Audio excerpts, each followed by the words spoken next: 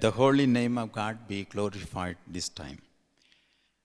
Dear beloved in Christ, I greet you all in the matchless and wonderful name of Jesus.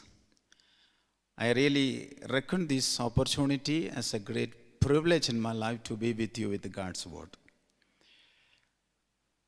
I call your attention towards the book of Psalms 34 verse 18.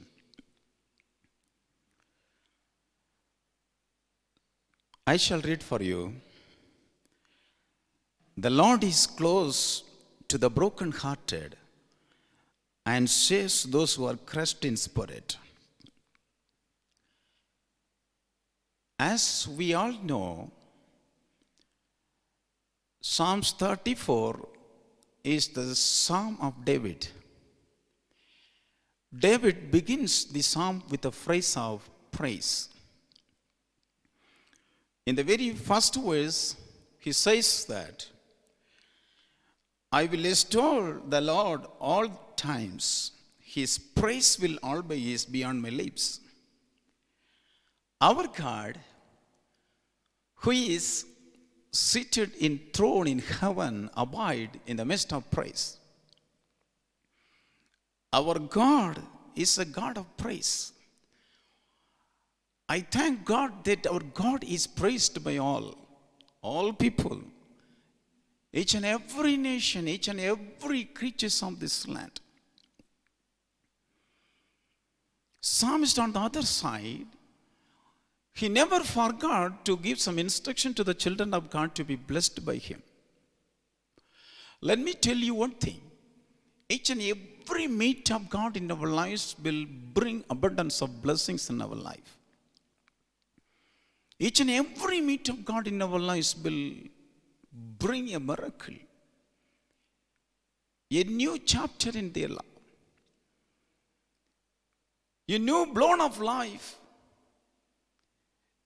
a new opportunity, a new life, a new path in our lives. As we face with so many problems in our lives, as we face with so many difficulties and new challenges in our lives, God will bring solution to our problem.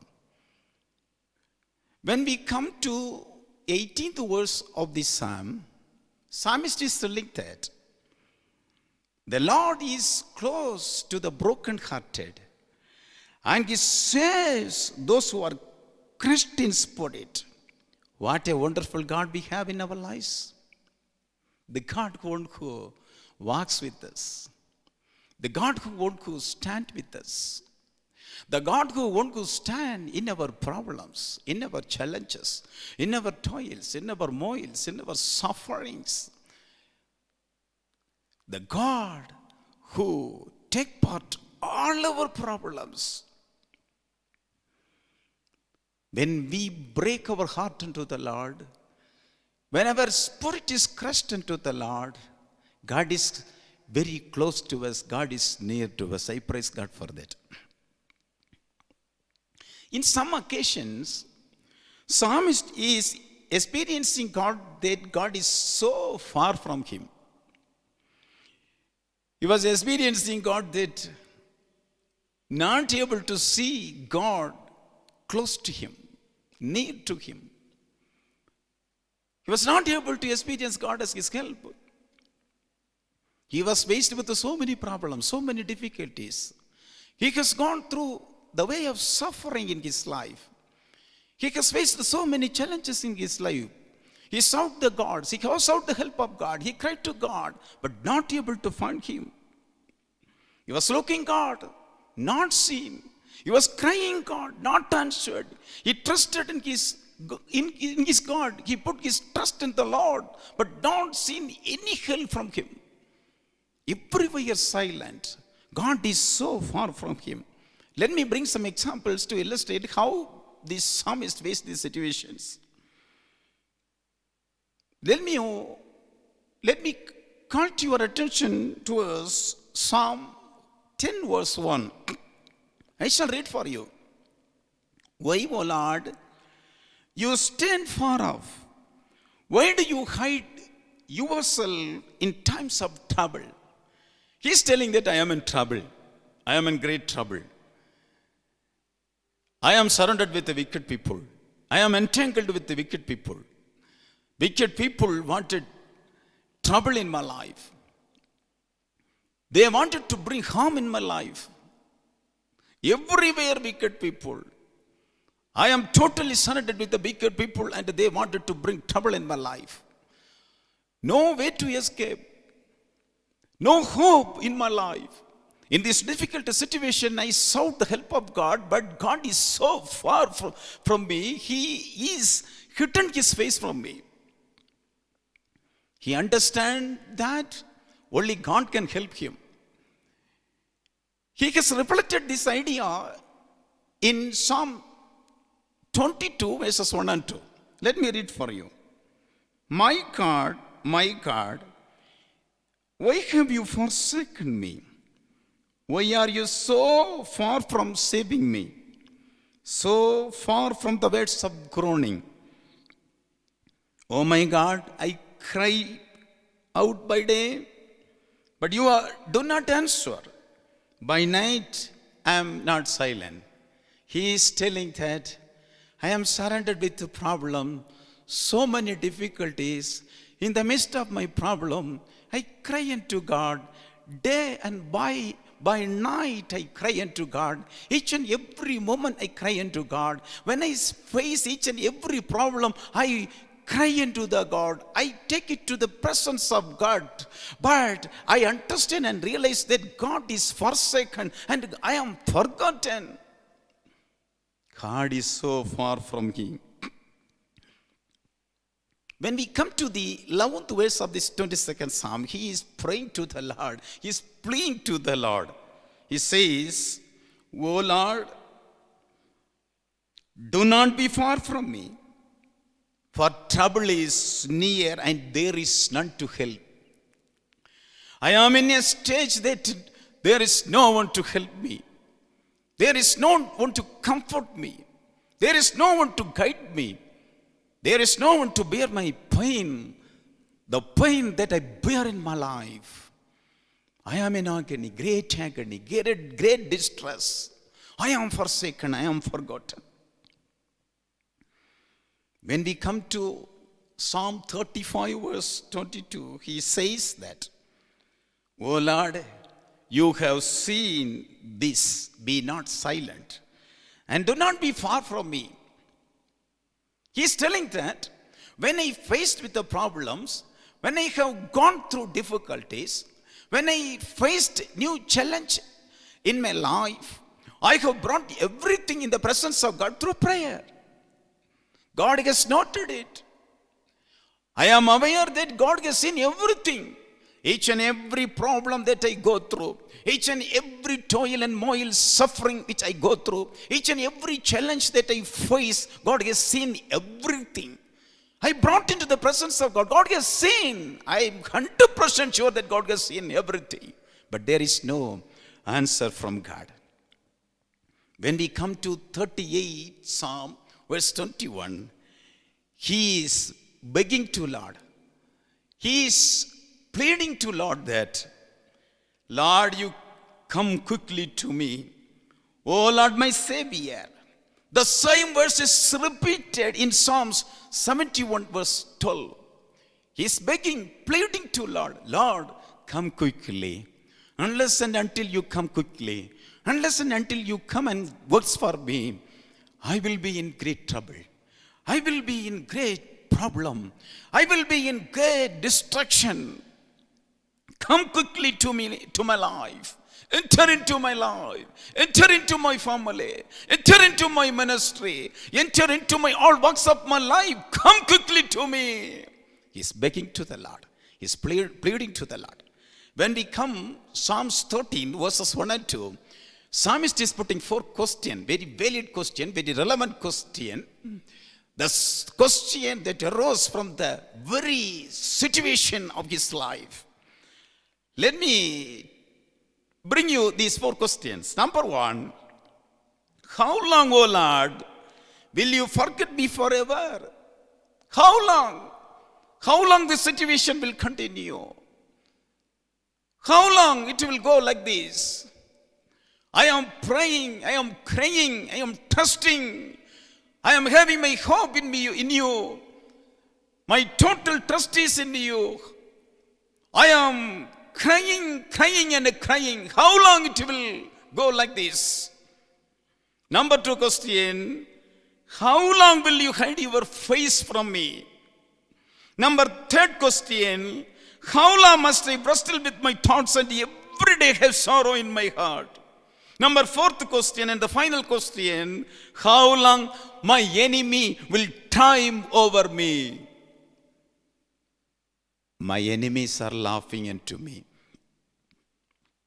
The situation I face in my life, the agony that I go through, the problem that I face, the challenges that I go through, the challenges that I meet in each and every day in my life is a happy note to the enemies. My enemies laugh to me. How long, O God? He is putting 4 questions. Simply, in summary, as the summary of these 4 questions, we can understand that the psalmist himself was asking that God is so far from me. God has hidden his face from me. I am not answered in my life. God is always silent to my life. Dear children of God, as you hear this verse, hear this sermon, what is your question today? What is your question? What is your problem? What the situation are you facing today? Do you have the same question which the psalmist had in his life? Whatever may be your question today, whatever may be your question you are facing today, there is answer in God. There is answer in God's side. Do you know what answer that the Bible says? When we come to 34th Psalm verse 18, he is giving answer to all of this question that God, our Lord, is close to the brokenhearted and saves those who are crushed in spirit. Amen.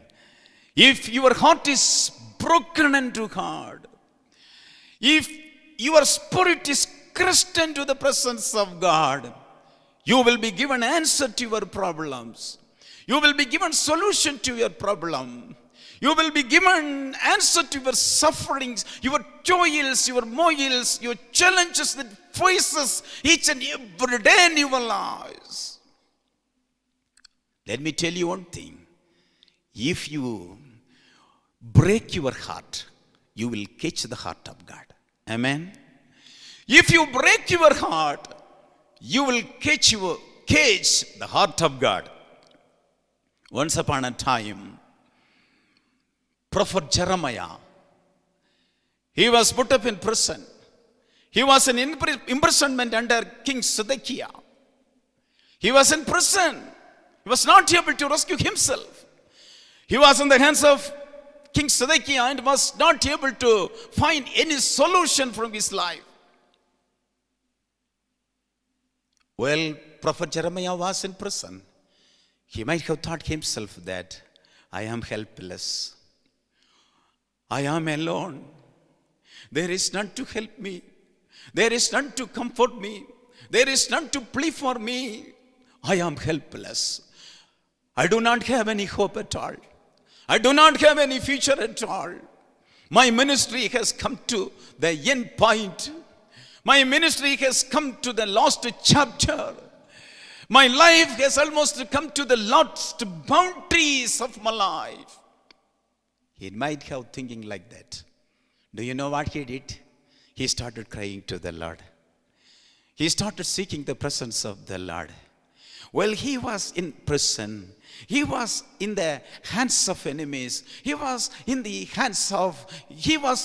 power of his enemies, King Zedekiah. He started praying to the Lord, seeking the face of God. He started crying to the Lord. While he was crying to the Lord, God could not stand. God could not sit in his throne. The God who seated in throne arose for him. Where he arose? He arose in prison. He arose in prison with a great promise. Do you know what that promise? God told that prophet Jeremiah, call unto me. I will answer to you. And I will tell you great and hidden things that you have not known. Another translation say, great and marvelous things that you have not known. Great and inscrutable thing that you have not known. Dear prophet Jeremiah, while on your imprisonment,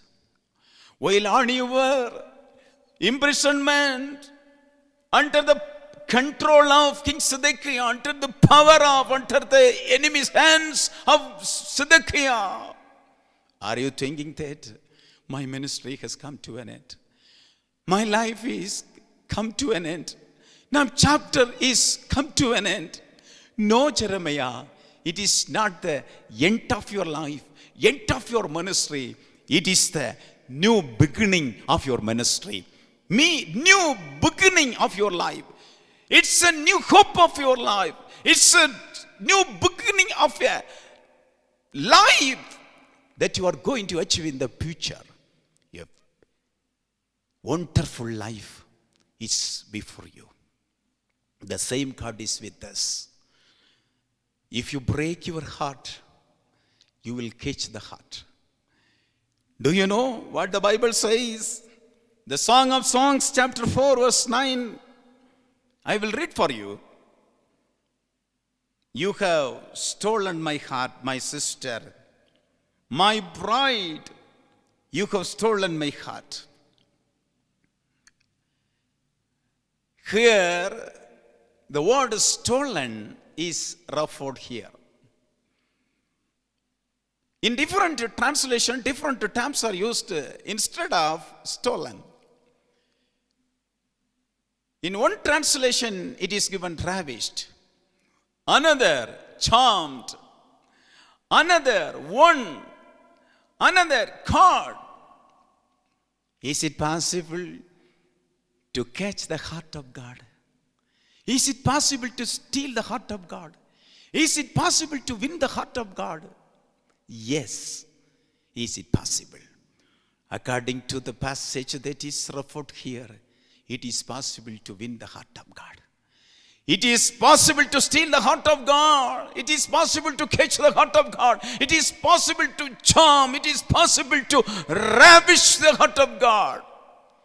The sister, the bride who is addressed in the Song of Song, won the heart of God, stole the heart of God, ravished the heart of God, caught the heart of God.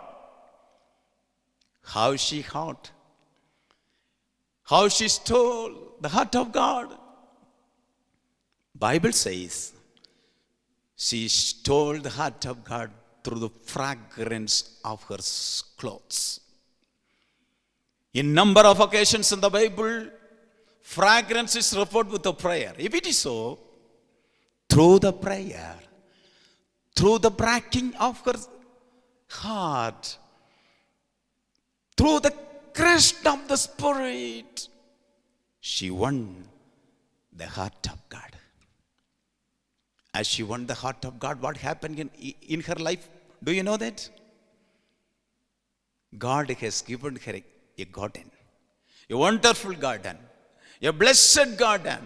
He has blessed this garden with all the blessings. He has guarded this garden. He has visited this garden. He has traveled this garden. He spent time with his sister, this bride.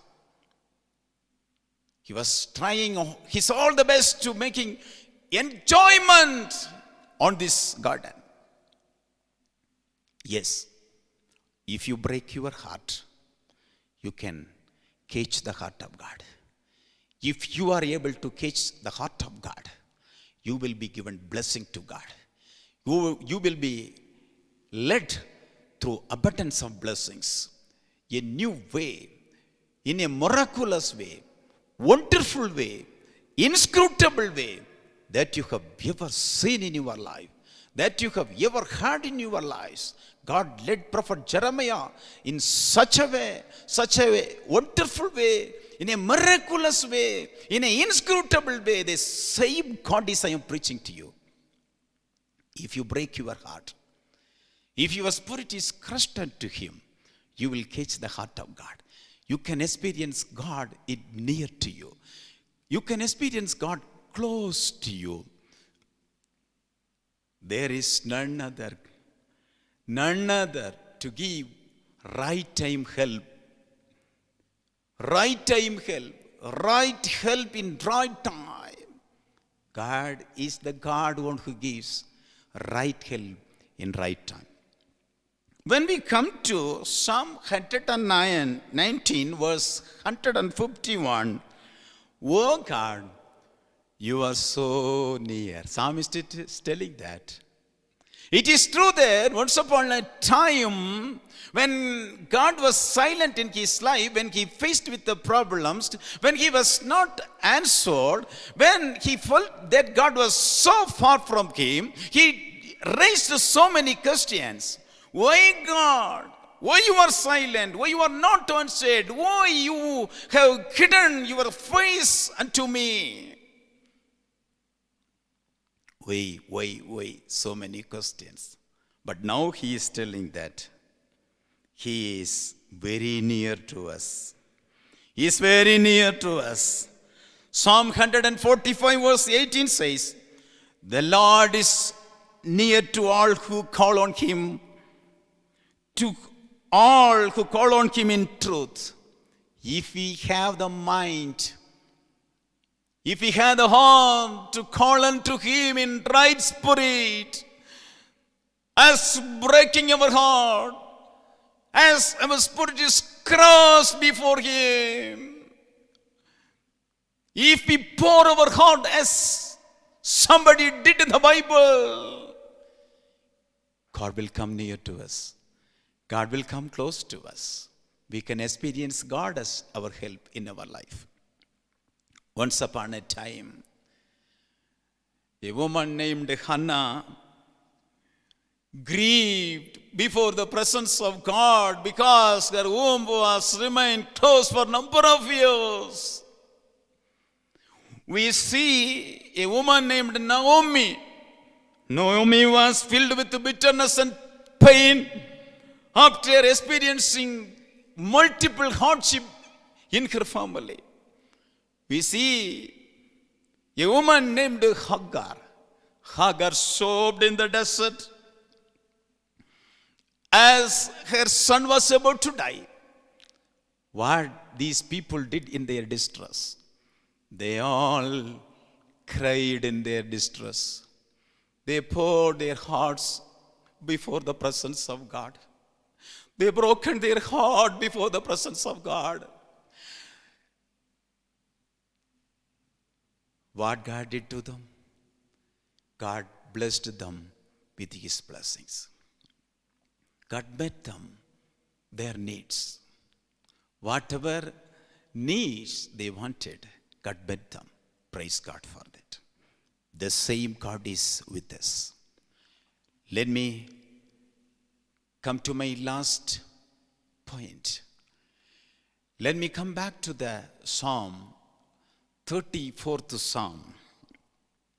Here, psalmist David is facing a critical problem. He is in a very critical problem. He is in the hands of a man called Abimelech. There was no guarantee that his life shall be survived again. There was none to help him. There was none to comfort him. There was none to plead for him. In this difficult situation, he understood that there is no one to help me. There is no one to help me. He was crying to the Lord. God delivered him from the very hands of Abimelech. Soon after he has been delivered from the hands of Abimelech, he wrote this very Psalm 34. In the very first verse, he is telling that, I will extol the name of the Lord all the times. In each and every time, in each and every situation that I am put up, I will extol the name. His praise always shall be on my lips. Keep on saying that. Those who have seen your face are radiant. Their faces are not put to shame. Yes, if you really seek unto the Lord, your faces will shine like anything. Praise God for that. Let me read you a verse from the Deuteronomy. Deuteronomy chapter 4 verse 7 says, what other nation is so great as to have their gods near them, the way the Lord is near us whenever we pray to him. Here in this verse, two things are differentiated. Number one, the God of Israel and the people of Israel. Number two, the God of Gentiles and the people of Gentile. What happened here? The people of Gentile, when they faced with problems, when they go through different difficulties, when they faced new challenges each and every day in their life, they offered their prayer unto their gods. They cried unto their God.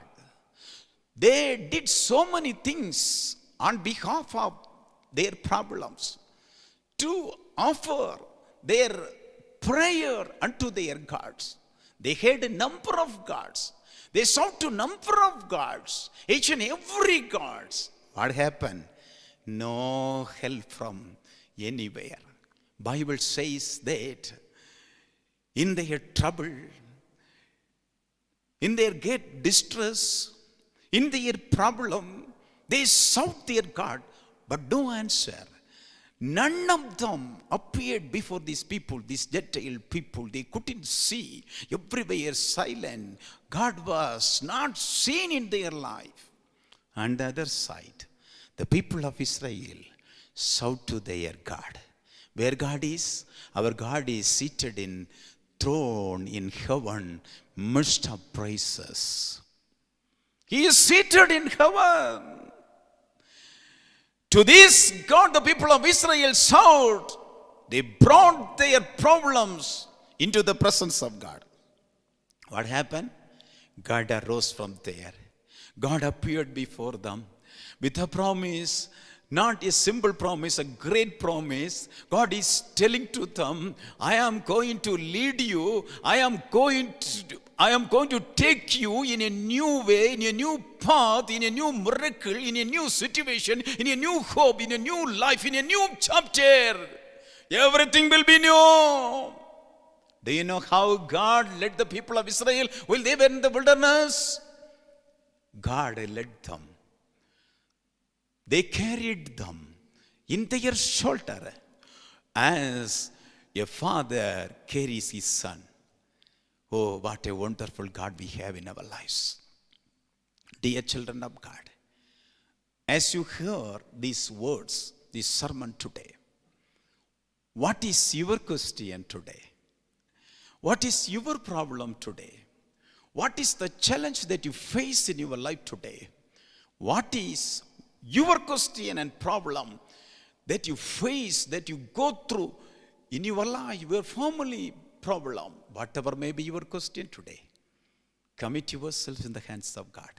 If you are able to break your heart, if your spirit is crushed under the feet of God, you will catch the heart of God. You will receive a blessing from God. You will receive a meat of God. each and every meet of God will bring a blessing to your life, a miracle to your life, a new chapter in your life. Let me conclude my words here. Our God is a God who close and near to the brokenhearted. And He saves those who are crushed in spirit. The sister who is addressed to the Song of Songs won the heart of God. Got the heart of God. Stole the heart of God. Ravished and charmed the heart of God through prayer. If you are able to break your heart unto God, He will bring with a solution. He will bring with a new miracle. Shall I pray for you? Close your eyes and pray for a moment. Loving Lord, I commit each and every one of them who heard this message. Bless each and every one of them. Bless their families. Bless their jobs. Bless their ministries. Bless their business, agriculture, and entire careers of their lives. Let them be blessed with a meat. Your meat will bring abundance of blessings. Lord, I commit each and every one of them to have a meat of you, O God. I bless them in the name of God. I give all honor and glory to you. Come closer to them. Be with them. Stay with them. In Jesus' precious name, I offer this prayer. Amen. Dear children of God, forget not to write to us as you are blessed through this sermon. May God bless you. Amen.